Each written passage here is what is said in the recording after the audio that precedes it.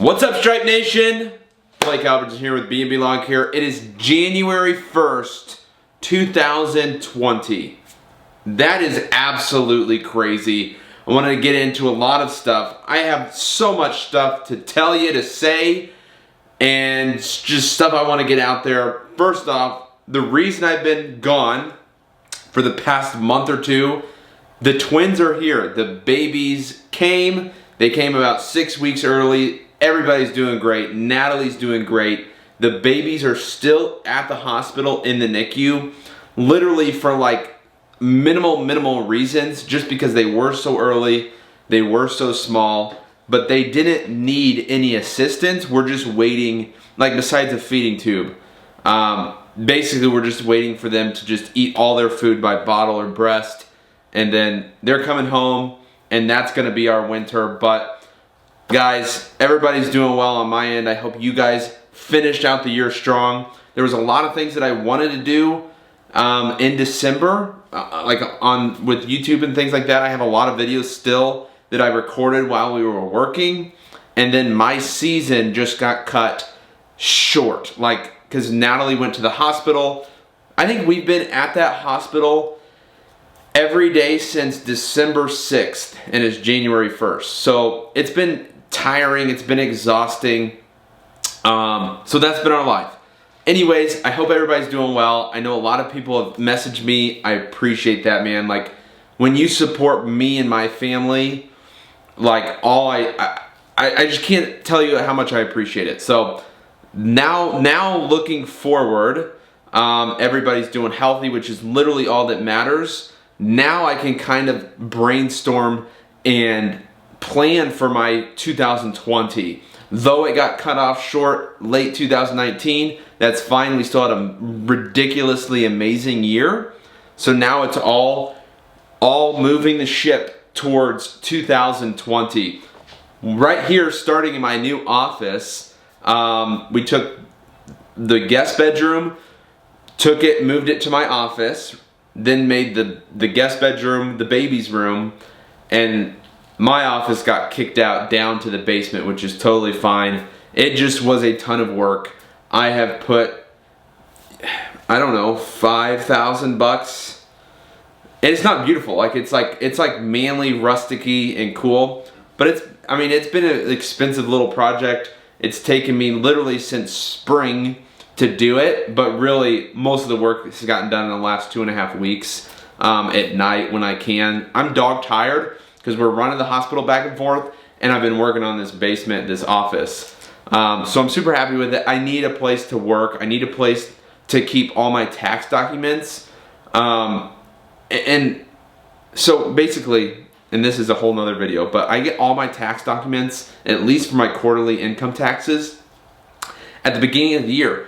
All that stuff has to say safe and secure. I can't just do things on my kitchen counter. So I'm really happy with the office. I just need a place, a headquarters to get my work done, edit videos, things like that. So 2020, I want to talk, and this is where like the golden nugget's gonna be. That was just kind of a little catch up. Guys, you guys know I'm real conservative about debt, about money, about savings, about your business, not just going out on a limb.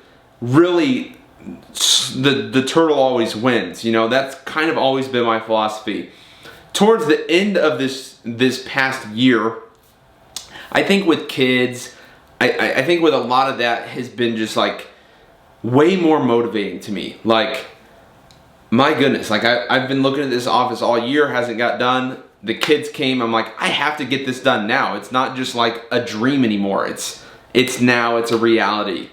And so that same thing has kind of shifted my mindset around money, which is kind of weird for me because I've always kind of had the same stance on money. And I'm gonna start getting some quotes and hanging them on the walls, but I've really been intrigued in this whole abundance mindset. And I think it first kind of triggered when Keith Kalfas shared something on his Instagram or something like that. And I've been listening to a ton about it and reading a bunch about it, and like it's kind of shifting my mindset around money. still staying with, we don't love debt, all that stuff, but the problem that I was catching myself into, being way so conservative, like huddling around my money and everything, and like, don't touch it, nobody can take my money, I'm not spending my money anywhere. Like, I think that was starting to be actually not good for me. I think I was getting way too protective around money and way too conservative, and instead of making some essential little investments into my business, like that's the key, is like, you can't ever stop reinvesting in your business. You can't be so scared to spend the money that you don't. And so that has really been the biggest shift in my brain. 2020, I want to start reinvesting back into my business a lot more than I did this year. I think this year, just with the twins coming and like knowing they're coming, I think that's why I was so protective around my money. Like, I just wanted to save, not spend anything on anything. And I noticed that some parts of my business, if that's like literally like trimmers and blowers, it was time to upgrade, and I just wasn't making those investments. So I definitely don't want that to happen, because that then is taking away from the number one goal in my business, which is servicing and doing the best quality job I can for my customers. So I never want to be so scared of investing, or so such savings mode where I don't make investments in my business. So number one, the customer, the quality you bring to the customer is like literally the number one goal of your business, and to make money. Okay, so and I'll make a whole video around my goals, but just changing that mindset just a little bit, where we're not so scared that the money's not going to come back. I think that's the biggest thing. When you're in like a savings mode, you almost think that like you're just like grabbing money and holding it, and then you're never going to be able to get any more. And that's, that's kind of dangerous, and I don't want to live my life, scared of money. I want money to be a tool, which is what it is and what it should be treated as. So that's pretty cool. Super excited for 2020. Just wanted to give you guys a little update video, a little shift in my mindset video. If you guys enjoy stuff like this, leave me a like, subscribe. I'm going to go over and do a podcast real quick, which will be on the channel here shortly. And just kind of get all of this out into the world, because I'm pumped. I'm super ready. I'm excited.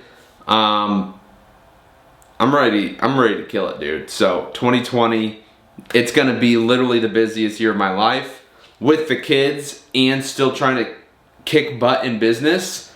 It's going to be tough. It's going to be challenging, but that's the most fun thing. I mean, that's what life's about, dude. Like, I don't want to just sit stagnant and not do anything. Like, I could just stay in my same mindset, my same mode, just save all my money I can, just use equipment till it just falls off the earth, and just kind of keep chugging along as I am. And I don't want to do that. That doesn't sound fun to me. I want to go and be a little bit adventurous with my business and my money and things like that. I think the number one thing that's going to help me with that this year is my new software.